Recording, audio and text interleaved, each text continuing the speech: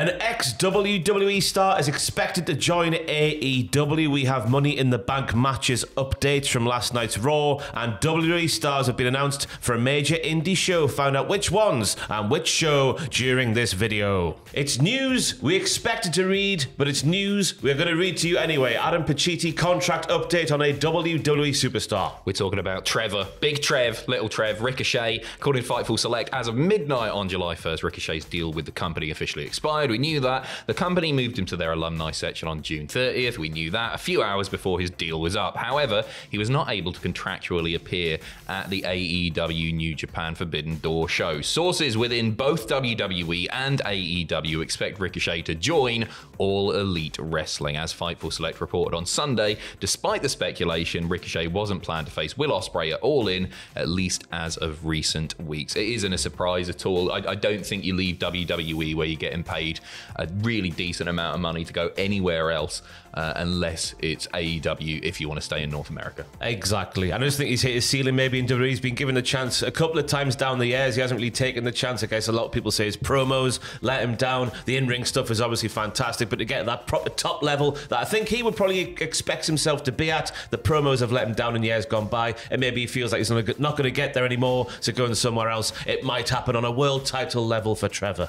Best of luck to him. I don't know. I don't get why WWE just didn't give him a manager or something, right? Yeah. Like it would have sorted, because that really is the only issue. I think there's something about Ricochet. I think he's still got star power. Like, I think he's still got like a bit of an aura against him. Kids love him as well. He is the whole real life superhero thing.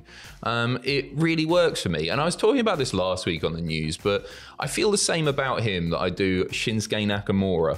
Maybe to a slightly lesser extent, but like with Nakamura, never won the world title in WWE, but hey, he's still Shinsuke Nakamura. You still get excited to see him. I feel the same way about Ricochet. I think he's an exciting wrestler to watch. He's still got the Riz. Yeah, there's something about him. Yeah. They do like to say the Riz. I tell you what, they're All In. It's very interesting because I feel like they've set up MJF versus Will Ospreay for All In. So if Trevor is going to factor in for a match against Ospreay at this year's events, I assume there's going to be another All In next year. It's going to be interesting how they deal with that. What happened to the plans of Ospreay retiring Billy Gunn? That's all we were talking about. Billy Gunn will never retire. Billy Gunn is the modern day Brock Lesnar. No, they're giving him all the wins at the moment. He's got to be wrapping it up soon. I don't know. He's booked way too strong as Billy Gunn anyway. AEW stars are pushing for a veteran to join the company. This story comes to us from Fightful Select once again, who are saying long-time WWE talent Natalya is not or wasn't backstage for last night's Raw and is not planned for the show this evening at all. Natalya's WWE deal is set to expire this summer. At least internally, the company is very quiet about any developments.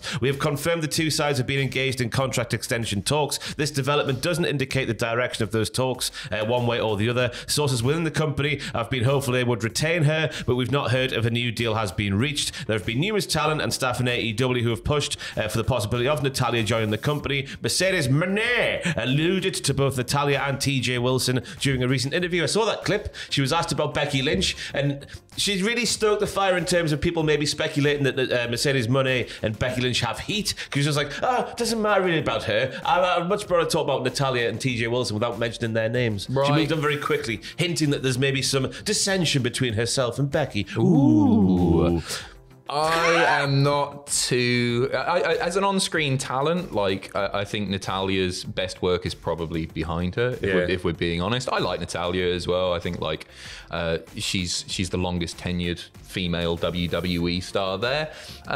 The fact that she's talking about TJ Wilson at the same time, I think there's a lot of value in having Natalya come in and produce in the same way that TJ Wilson would presumably come in and produce. But as far as seeing Natalya do stuff on screen, I'm not that keen. Maybe the Owen Hart Cup. That's something that I thought would be cool. Obviously, we're not going to see it this year, but perhaps next year. I mean, what would you want to see Natalya do if she came to AEW? She's very, very good at making other wrestlers look good. Just bell to bell, fundamental wrestling, all that sort of stuff. She's one of the best out there. But in terms of hands. Yeah, exactly. But in terms of being a captivating character, you're going to have to find the right storyline. As I'm sat here on this Tuesday morning, I've got no idea what that right storyline is. But maybe she's aware of the way that I think a lot of fans feel about her. That she's done it all in WWE. Yeah, she really has. She's had an amazing career. Maybe that sort of lights a fire under her, and she wants to come to AEW and do X, Y, Z, and prove all us haters wrong. Yeah, well, definitely the haters. But obviously Natalia and TJ Wilson have the school as well, the wrestling school. Yep. So maybe if they go as a package deal, maybe that could bring that to new prominence. That their school. Oh, it's like a feeder system dungeon, sort of thing. Yeah, that's interesting. Sort of like Dustin Rhodes has got his Nightmare Factory, hasn't he? Yeah, still. Yeah, to this that's day. not a bad shout. Yeah, I don't know. It wouldn't surprise me if she ended up there. She's fallen into that sort of Dolph Ziggler position in WWE, where she's just there to put people over. You know, if Natalia's getting in a feud, she's not going to win the feud. She's gonna, and you know what? It should be celebrated because you need people like that on the roster. You do. Like, I think she's an awesome woman. She seems like a lovely woman. Best of luck to her, but there's nothing I want to see her do personally. Yeah, same. Anyway, over to Monday Night Raw last night, we had an update on an injury to a wrestler that happened last week. It was an arm injury to who, Adam? We're talking about Ludwig Kaiser, revealing that he suffered broken ribs after taking a bro kick from Sheamus last week. We don't know if that was the spot where it happened. It probably wasn't. In a video, Kaiser called Sheamus a coward for blindsiding him, promised that upon his return he would beat, embarrass, humiliate, and end Sheamus once and for all. I need to make it clear, I know the difference between an arm and the ribs, because it was the arm he injured last week on Raw. There was a suplex from Bron Breakker where he was just like, oof, me arm, for the rest of the match, basically. They did the post-match, or the end of the match angle with Sheamus, which has been sort of worked into a storyline. It looks like a legitimate arm injury, but a storyline rib injury.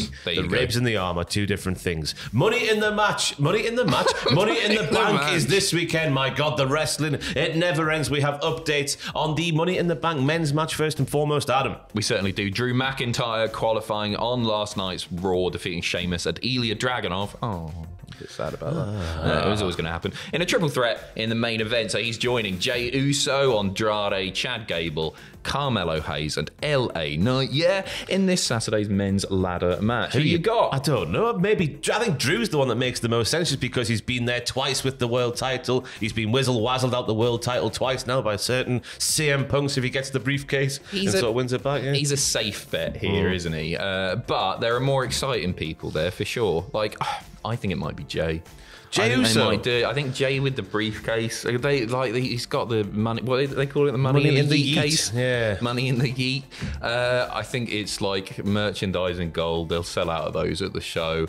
And Jey, he's an unpredictable fella, isn't he? He's a bit off the wall. He's a bit mental, shall we say. And Jey with the briefcase could be a bit of fun, I guess, but maybe Drew, he's had his turn. He's had his turn numerous times. Give it to somebody else. But that storyline with Punk's still simmering under the thing, isn't it? Yeah, but he doesn't need the title. No, maybe not, no. Unless he costs him the cash in too. Yeah, why not? Then there'll be a murder, a literal murder. He gave Damian Priest the cash in, and then he takes Drew's cash in away. Oh, that could be fun. I would fear for Larry the dog's life if that happened, because Larry got called stupid last week, so God knows what will happen if that happens. Why not give it to Chad Gable? Let's go. Chad Gable or Carmelo Hayes are the sleeper picks for that match. He's busy though, isn't he? He's got unexpectedly the Wyatt stuff. He's the last person I expected them to target, but there you go, that's happening. In the women's match, Zoe Stark rounded out the field where she defeated Ivy Nile and Dakota Kai in a triple threat match, which was obviously weird to say after Dakota Kai being on Twitch over the weekend going, please give me a push. I felt awful. You were taking the piss. She was welling out. She was crying. Give her a push. It's just weird because, you maybe think after seeing such passion,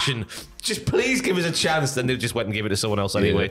So in that match, we had assistance from Isla Dawn and Alba Fire in that match as well, which has ramifications for the tag team scene as well. Obviously, Zoe Stark is in a tag team with Shayna Baszler still, as we're sat here now. But she joins Zoe Stark, Io Sky, Chelsea Green, Lyra Valkyria, Naomi, and Tiffy Stratz in the women's match at the weekend. It's between Chelsea and Tiffany for me. I think Chelsea's more fun with the briefcase. Yes. 100%. But Tiffany has the perhaps better future as a main eventer in the women's division. Yeah. But she's got loads of time as well. Give it to Chelsea. She's been on fire. She's been doing amazing work. And she'd be gold with that briefcase. Yes, she would, if given the chance to do the things that she likes to do on screen. Right, so obviously this week being a pay-per-view week here at Cultaholic, we have 9 pitches going on the channel on Wednesday. We have predictions with Adam and Andrew on Thursday. The Cultaholic Wrestling podcast on Friday. Live stream with Adam and Andrew on Saturday night as the pay-per-view is going on live. Come here when it's happening and watch him go ooh, ah, and ooh once again. And then Sunday, I'll go live for NXT Heatwave on my own. We'll do it again. Let's go. Jack will be here with What Happened At for Money in the Bank, and I'll have WTF for Money in the Bank as well. That's a pay-per-view week here at the Cultaholic. Indie events happen around the world at all times. Wikipedia. And another indie event is happening soon, but someone who you wouldn't expect to appear at an indie event is going to be appearing. We're talking about Bloodsport 11, and it's been announced by the man himself, Josh Barnett, that the Creeds are going to be there. Brutus and Julius have been announced for Bloodsport 11. It's on July 28th. It's emanating from Brooklyn, New York. Yeah. And I like it. They always like...